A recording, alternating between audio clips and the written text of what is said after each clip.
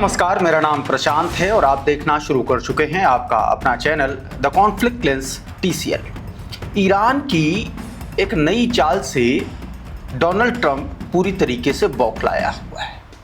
एक कहावत है, अगर सामने वाले को परेशान करना हो तो आप उसको इस बात का अंदाज़ा ही न लगने दो कि हम करने क्या जा रहे हैं। और दरअसल ईरान ने कुछ ऐसा ही किया है।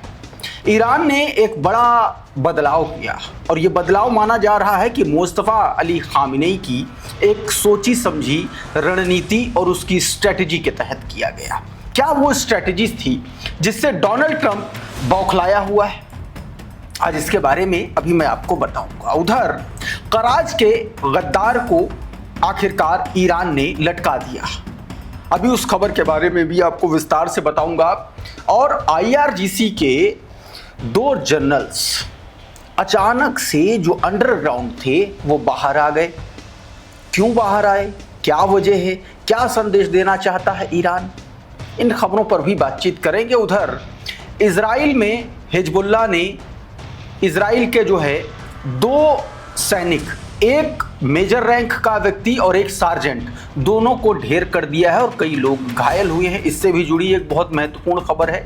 और इसके अलावा और भी बहुत सारी खबरें हैं जिनके बारे में मैं भी आपको इसी वीडियो में बताने जा रहा हूं। सबसे पहले ज़रा क्लैश रिपोर्ट की इस खबर को देखिए। ये CBS के हवाले से खबर है और इसमें जो खबर है वो अमेरिका को चौंकाती। पहले आप इस ट्वीट को देख लीजिए।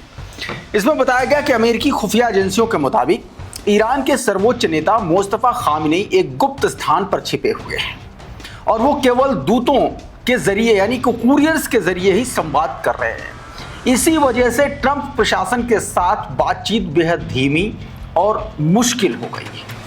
अधिकारियों का कहना है कि संदेशों को ख़ामेनी तक पहुंचने और फिर जवाब वापस आने में काफ़ी समय लग रहा है, जिससे हर चरण में देरी हो रही है। हालांकि इन संचार चुनौतियों के बावजूद आगे बताया गया, एक वरिष्ठ अमेरिकी अधिकारी ने दावा किया कि ख़ामेनी ने प्रस्तावित समझौते के प्रारूप पर सिद्धांततः सहमति दे दी है। देखिए, खबर ये नहीं है। अब आप एक बयान याद करिए।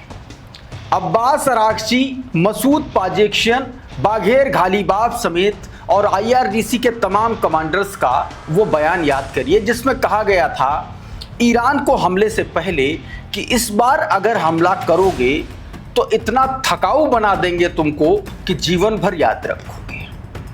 और डोनाल्ड ट्रंप इसी थकने की स्ट्रेटजी में बुरी तरीके से फंस गया है। मुस्तफ़ा ख़ामेनी का टाइम लेना, ऐसा कहा जा रहा है, ऐसा दावा किया जा रहा है कि ये एक सोची समझी रणनीति के तहत है ताकि इस प्रक्रिया को ईरान और ज़्यादा लंबे समय तक खींच सके, इजराइल और अमेरिका पर पूरी दुनिया का दबाव आ सके और उसके बाद ये गिड़गिड़ा करके घुटनों पर गिर सके। और हालात धीरे धीरे वही उसी ओर बनते जा रहे हैं। अभी डील की खबरों पर आएंगे तो उसके बारे में भी मैं आपको बताऊंगा। तो ये अपने आप में एक बड़ी खबर है। उधर एक बयान आया दोस्तों, ये बयान बताता है, IRGC के बड़े अधिकारी का बयान है। उस बयान में सीधे तौर पर कहा गया, जब बातचीत को लेकर के सवाल पूछा गया कि बातचीत हो रही है ईरान अमेरिका के साथ में, क्या कहेंगे, सीधे तौर पर जो बयान आया वो इस बात की ओर इशारा कर रहा है कि दरअसल ईरान के IRGC के अफसरों का जो भरोसा है वो इस समझौते को लेकर के तो 0% भी नहीं है। ज़रा इस ट्वीट को देखिए। इसमें जो कहा गया, हालांकि वो बयान अरबी में है तो आप उसको नहीं समझ पाएंगे, लेकिन क्या कहा गया है इस ट्वीट को देखिए। इसमें बताया गया कि ईरान का अमेरिका पर गहरा अविश्वास एक बार फिर खुल करके सामने आया जब रियर एडमिरल हबीबुल्लाह सैयारी ने अमेरिका के साथ किसी भी समझौते की संभावना को सिरे से खारिज कर दिया और देश की तैयारी का संकेत दिया। संभावित बातचीत पर पूछे गए सवाल के जवाब में उन्होंने बेहद तीखे अंदाज में कहा, समझौता, मुझे तो इस शब्द का मतलब तक नहीं पता है। इस बयान को ईरान के सख्त रुख और अमेरिका के प्रति गहरी नाराजगी के तौर पर माना जा रहा है। मतलब बहुत सीधा सीधा है कि आईआरजीसी के जो लोग हैं, जो कमांडर्स हैं, जो जनरल्स हैं, वो किसी भी बातचीत पर यकीन नहीं रख रहे हैं। ये उनका बयान है, थोड़ा सा आप सुन लीजिए जरा।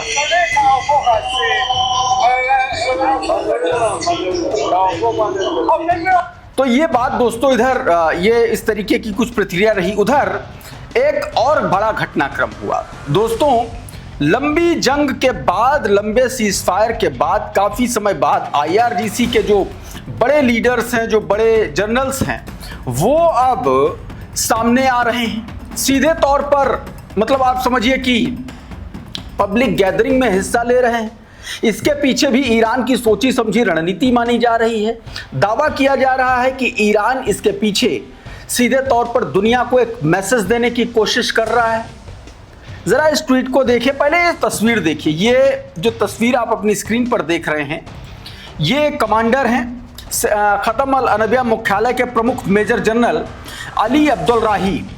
पहली बार लंबे वक्त के बाद जो है ये एक सामान्य एक तरीके से पब्लिक गैदरिंग में ये देखे गए हैं। अब ये ट्वीट देखिए।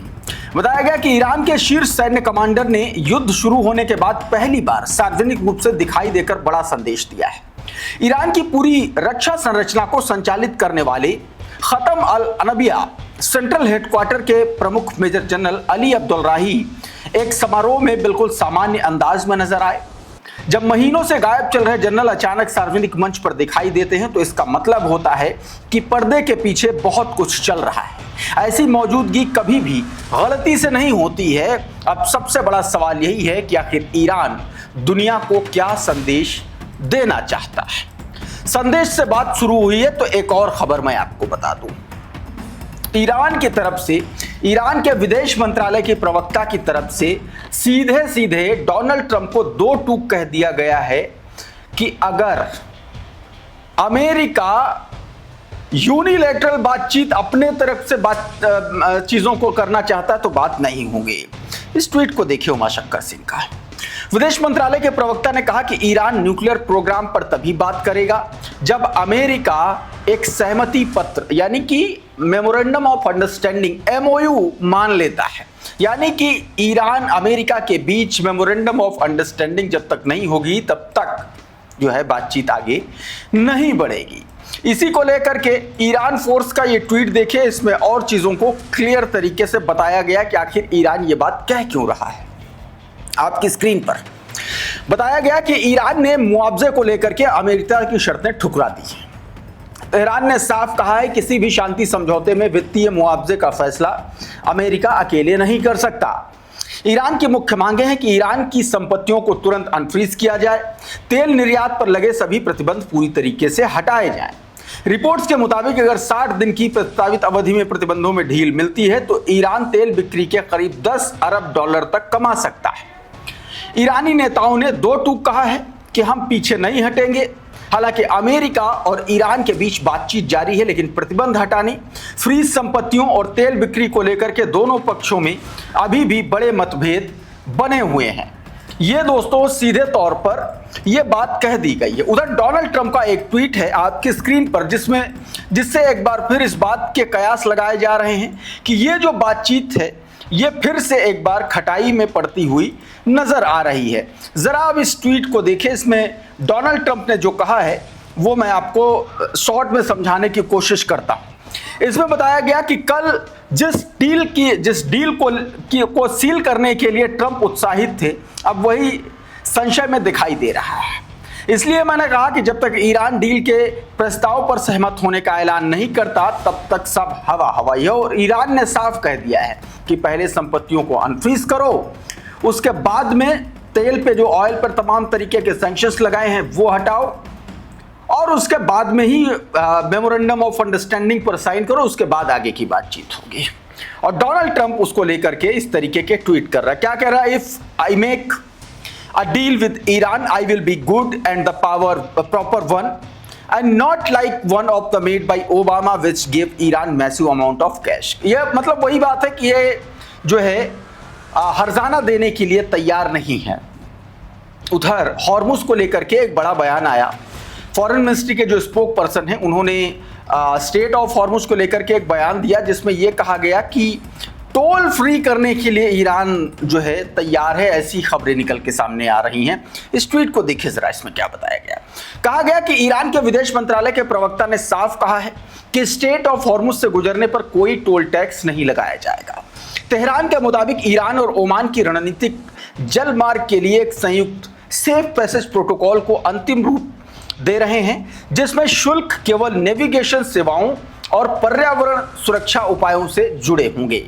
हालांकि आलोचकों और पश्चिमी विश्लेषकों का कहना है कि चाहे इसे सेवा शुल्क कहा जाए या सुरक्षा फीस, वास्तविकता यही है कि ईरान और ओमान अब इस जलमार्ग की निगरानी और संचालन पर अपना प्रभाव बढ़ा रहे हैं। मतलब बीते दिन मैंने जो आपको खबर बताई थी कि ईरान और ओमान दोनों ही टोल नाम के शब्द से बच रहे हैं, शायद यही वजह है कि वो जो शुल्क है उसको एक तरीके से दूसरे रूप में, दूसरे प्रारूप में अब दुनिया के सामने ईरान पेश कर रहा है। ये दोस्तों खबर आई। उधर मसूद पाजेक्शियन का जो ईरान के राष्ट्रपति हैं, उनका एक बयान आया आपकी स्क्रीन पर। इन्होंने कहा कि ईरान दुनिया को ये यकीन दिलाने के लिए तैयार है कि वो परमाणु हथियार नहीं बना रहा। ये सीधे तौर पर मसूद पाजेक्शियन की तरफ से कहा गया है। देखिए, एक तरफ डील की बात हो रही है, सारी चीजें चल रही हैं, अपने लेवल पर चल रही, धीमी चल रही, तेज चल रही, भले चल रही, धमकीबाजी हो रही, सब हो रहा है। लेकिन इजराइल, मैं आपको फिर से बता रहा हूं, इस पूरे गेम में जब तक अगर जैसे ही इजराइल कूदेगा वैसे ही जंग शुरू होगी, डील नहीं होगी। मैं यह बात क्यों कह रहा हूं? क्योंकि इजराइल में सिर्फ बेंजामिन नेतन्याहू ही नहीं, बेन गवीर जैसे तमाम सारे ऐसे घटिया नेता भरे पड़े हैं जिनको, जो एक तरीके से वो परजीवी हैं जो युद्ध में मारे गए लोगों की लाशों पर से उनका पॉलिटिकल करियर चल रहा है। अब जरा इस खबर को देख लीजिए। इस खबर के मुताबिक बेन गवीर जो है वो नेतन्याहू पर एक तरीके से दबाव बनाने की कोशिश कर रहा है कि अमेरिका को डील ना करने दें और जंग एक तरीके से हमले के लिए तैयार करें। बताया गया कि इजराइल के कट्टरपंथी मंत्री इतामीर बेन गवीर ने प्रधानमंत्री बेंजामिन नेतन्याहू से अमेरिका पर सख्त रुख अपनाने और युद्ध दोबारा शुरू करने की मांग की। बेन गवीर ने कहा कि ड्रोन हमलों को बिल्कुल बर्दाश्त नहीं किया जाना चाहिए। नेतन्याहू को ट्रंप की मेज पर हाथ मारकर कहना चाहिए कि हम फिर से युद्ध में लौट रहे हैं। मतलब आप समझ रहे हैं कि किस लेवल का ये आदमी जो है बौखलाया हुआ है और जंग के पीछे पगलाया हुआ है। इस बीच हिजबुल्लाह ने फिर से आईडीएफ के अधिकारियों और सैनिकों पर ड्रोन बरसाए हैं और ऐसा बरसाए हैं कि 2 ढेर हुए हैं। यह तस्वीर सबसे पहले देखिए, यह लेफ्टिनेंट कर्नल जुवाल इनबियार है। इसको यह हिजबुल्लाह के हमलों में मारा गया है, ऐसी खबरें निकल के सामने आ रही हैं, ऐसे दावे किए जा रहे हैं। यह तस्वीर जो है दोस्तों, बताया जा रहा है कि squadron commander lieutenant colonel Yuval Inbar की है, इनकी मौत हो गई है। रिपोर्ट्स बता रही है कि उनका विमान लेबनान सीमा के पास रहस्यमय परिस्थितियों में दुर्घटनाग्रस्त हो गया। फिलहाल इजरायली सेना ने हादसे के कारणों पर विस्तृत जानकारी नहीं दी है, लेकिन घटना ने सुरक्षा और सैन्य हलकों में सवाल खड़े कर दिए हैं। सबसे बड़ा सवाल यह है कि लेबनान सीमा पर हेलीकॉप्टर क्रैश हुआ है और हम सब ने सैकड़ों बार यह घटनाक्रम देखा है कि हिजबुल्लाह हेलीकॉप्टर्स पर भी अटैक कर रहा है। बीते दिन भी मैंने इससे जुड़ी आपको एक खबर दिखाई थी। इतान लेवेंस हैं, जर्नलिस्ट हैं, इन्होंने ये जानकारी दी है। बताया गया कि lieutenant colonel Yuval Inbar, a fighter pilot in the Israeli air force and former squadron commander has been killed in the northern Israel. His plane mysteriously crashed near the Lebanese border. ये बात कही गई। उधर एक और बड़ी खबर देखिए, ये तस्वीर देखिए, ये सार्जेंट है, ये ढेर हुआ और इसके अलावा एक और मारा गया है। वॉरफेयर एनालिसिस की खबर देखिए, इसमें ये दावा किया गया, बताया गया कि 2 Israeli soldiers were killed and other wounded in a Hezbollah drone attack in southern Lebanon. One of those killed was 19-year-old नेरोही लेजर, जिसकी ये फोटो है दोस्तों। मतलब 2 मारे गए, जिसमें से एक की ये तस्वीर, क्लैश रिपोर्ट ने भी ये तस्वीर जारी की है। ये सोल्जर जो है मारा गया हिजबुल्लाह अटैक में। उधर हिजबुल्लाह ने दोस्तों ये भी ऐलान किया है कि उसने एक के बाद एक कई बड़े अटैक किए हैं। क्रडल की ये ट्वीट देखिए, बताया गया कि Hezbollah announce it's first operation of the day on Monday 25th May, saying the fighter target and 10:45 a gathering of Israeli soldiers of the newly established जल अल हरमार साइट, south Lebanon, south of the एक तरीके से जो Lebanon का जो इलाका है वहां पर हिजबुल्लाह ने ये अटैक किया है। ये इजरायली सैनिकों की गैदरिंग थी और उस पर बड़ा हमला किया है और यह भी दावा किया है कि ये डायरेक्ट हिट हुआ है। दोस्तों ये मतलब आप समझिए कि अगर ये हिजबुल्लाह का दावा सही पाया जाता है तो इसमें और भी कई सारे सैनिक मारे गए हो सकते हैं। उधर एक और वीडियो देखिए, ये भी हिजबुल्लाह ने अटैक किया है और इसका दावा इजरायली मिलिट्री ने ही किया है। ये ट्वीट देखिए आपकी स्क्रीन पर। बताया गया कि इजरायली सेना के मुताबिक हिजबुल्लाह द्वारा लॉन्च किया गया एक विस्फोटक ड्रोन उत्तरी इजराइल के कई इलाकों में घुसपैठ अलर्ट के बाद मेटुला क्षेत्र में आकर के टकराया। इजरायली मीडिया रिपोर्ट्स के अनुसार ड्रोन एक इमारत से टकराया जिससे इलाके में हड़कंप मच गया। आईडीएफ ने कहा है कि घटना की जांच जारी है और ड्रोन के प्रभाव और सुरक्षा चूक की पड़ताल की जा रही है। मतलब ये सीधे तौर पर हिजबुल्लाह के अटैक था और हिजबुल्लाह ने यह हमला किया था, इजरायली सेना ने भी माना है। उधर इजराइल किस तरीके से हिजबुल्लाह के ठिकानों को निशाना बना रहा है, ये वीडियो देखिए जरा।